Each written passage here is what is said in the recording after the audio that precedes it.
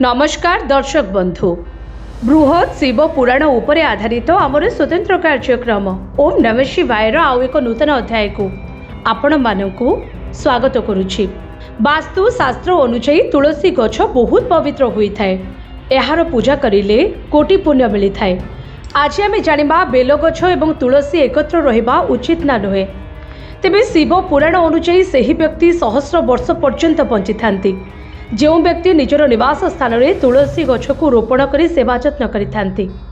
शास्त्र अनुसार जो व्यक्ति निज घरे बेल गछ को रोपण कर सेवा जत्न करती सही व्यक्ति भगवान शिवंकर सानिध्य को प्राप्त करती एवं धनर देवी माता लक्ष्मी सही गृह स्थायी निवास करती।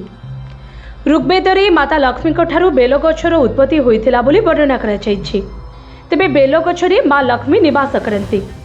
भविष्य पुराण अनुसार बेलगछ होउछि साक्षात लक्ष्मींकर स्वरूप। बेलगछर अन्य नाम होउछि श्री वृक्ष। शास्त्र कहे जदि तुलसी गछ पाखरे अँला गछ थाए सही स्थान पवित्र स्थान होइथाए। जदि तुलसी गछ निकटरे बेलगछ एवं अँला गछ थाए सही स्थान तीर्थ समान होइथाए।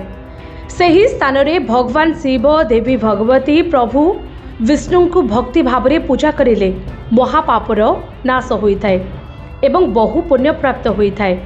तेणु बेल गछ एवं तुलसी गछ एकत्र रहिबा बहुत शुभदायक होइथाए। एहा सहित अँला गछ रहिले आहुरी शुभ होइथाए।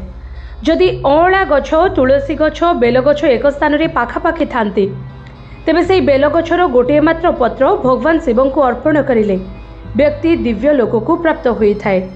एणु बेल गछ पाखरे तुलसी गछ रहिबा उचित होइथाए।